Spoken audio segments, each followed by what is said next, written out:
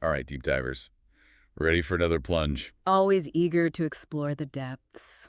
This time, we're strapping on our scuba gear and taking a deep dive into Venom, The Last Dance. Oh, this should be interesting. The reviews are, well, let's just say they're colorful. Yeah, it's putting it mildly.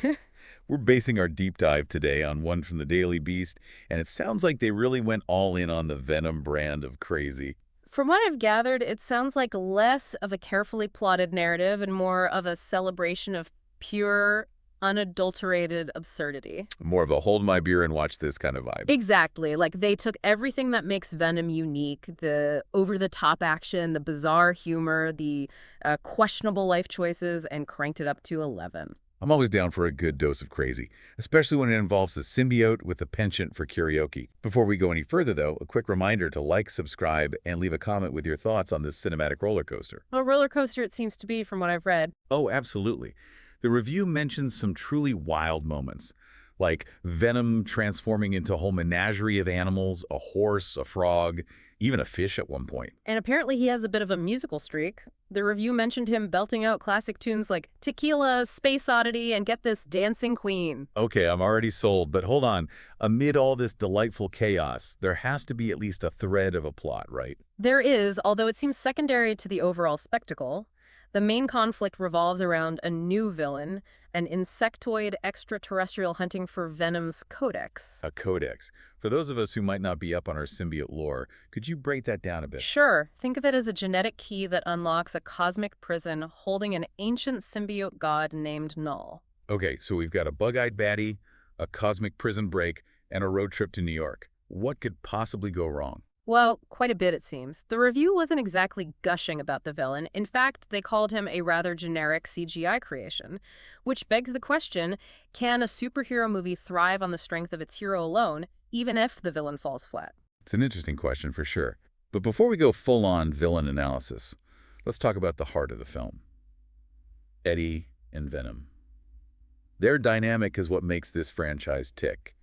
What did the review have to say about our favorite symbiotic duo? Their chemistry is, as always, a highlight. The review praised Tom Hardy's performance and the witty banter between Eddie and Venom. It sounds like they really lean into the comedic absurdity of it all. That back and forth, that constant push and pull, it's like the engine that drives this whole crazy vehicle. Speaking of which, we can't forget about the supporting cast. It sounds like they've assembled quite the ensemble for this last dance. Oh yes, a whole host of characters join Eddie and Venom on this wild ride. Like who? Yeah. Give us the rundown. We've got Rex Strickland, a seasoned symbiote hunter, played by Chiwetel Ejiofor. And there's Dr. Payne, a scientist who believes symbiotes are more than just mindless monsters, played by Juno Temple. I'm liking the sound of this already. What else? Then we've got Detective Mulligan, played by Stephen Graham, who gets bonded with a symbiote himself. And for a bit of comedic relief, we have Martin, a hippie character played by Rhys Ifans. Okay, so seasoned hunters, sympathetic scientists, symbiote-bonded detectives, and a hippie. Sounds like a recipe for either a brilliant ensemble piece or a chaotic mess. Well, that's the million-dollar question, isn't it? How does it all come together? And that's where we'll pick up in part 2. The reviews seem to suggest that maybe all those characters weren't entirely necessary. So maybe leaning a little too hard into the whole more is more philosophy. Possibly. Yeah, they said it felt like they were juggling a few too many storylines and it kind of pulled focus from that central Eddie-Venom dynamic. Yeah, I can see how that would happen. You're trying to give everyone their moment to shine, and suddenly you've lost track of what made the story interesting in the first place. Exactly, and it sounds like that core relationship is still the heart of the film, even with all the extra characters running around. Well, that's good to hear, at least. But what about the visuals? How do they handle all the symbiote shenanigans this time around? That's one area where the review is actually pretty positive. They said the CGI has definitely improved since the last film. Oh, that's good to hear. Let there be carnage. Had some moments that were, let's just say, a little rough around the edges. Right, yeah. This time they apparently went all out. There's a scene where Venom takes control of Eddie's body and starts doing like a whole Tom Cruise bartender routine. Wait, hold on. Venom doing Tom Cruise from Cocktail? Yeah, apparently it's a whole thing. Okay, you officially have my attention. I need to see this. So we've got the humor, the action, the improved visuals, but what about the emotional side of things? That's where things get a little tricky. The review said the film tries to go for a heartfelt goodbye, but it doesn't quite land. I guess it's hard to pull off a truly emotional send-off when you're also juggling a bunch of subplots Yeah. and a villain who's basically a giant CGI bug. Yeah, and here's where it gets even more interesting. Remember how this is supposed to be the last dance? Right, the big finale, the end of the road for Eddie and Venom, or so we thought. Well, it seems like they might be leaving the door open for more symbiote adventures. The review mentioned that there are both mid and post-credit scenes that hint at future stories. Oh, so maybe not the last dance after all. More like a see you later. Possibly. Yeah, it wouldn't be the first time a superhero franchise faked us out with a finale, only to come back for more. I guess in the world of comic book movies, nothing ever really ends.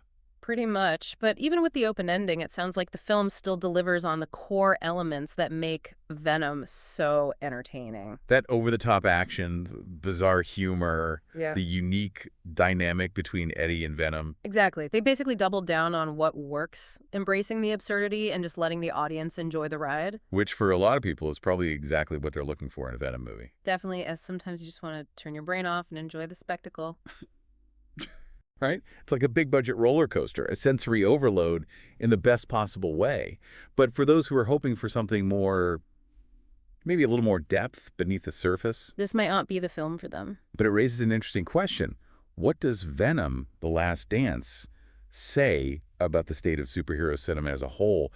Are we content with pure spectacle over substance? Or are we craving something more? Are we looking for a deeper meaning behind the masks and the mayhem? Yeah. And is it possible to have both? To have the big explosions and the heart-wrenching moments? The mind-bending visuals and the thought-provoking themes? Those are some heavy questions, and that's where we'll pick up in part 3 of our Venom: The Last Dance deep dive. Big questions indeed. It's like, this film is trying to do so much at once, be a satisfying conclusion, but also set up future installments, deliver those classic Venom laughs, but also tug at the heartstrings. Right, it's a lot to ask of one movie. Definitely. And I think the review kind of reflects that it's praising the entertainment value, but also acknowledging that the story might not be the strongest. So like a big, delicious, messy cheeseburger.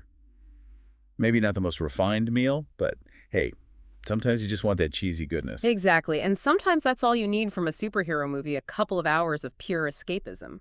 But it does make you wonder, what's the message here? What are we supposed to take away from all this symbiote-fueled chaos? Well, I think if you look past all the spectacle and the jokes, there's a message about accepting who you are, even the messy parts. Yeah, like Eddie and Venom, they're constantly at odds with each other, but they also need each other. They make each other whole. Right, and that's kind of a beautiful idea, isn't it? Embracing those parts of yourself that you might not always love.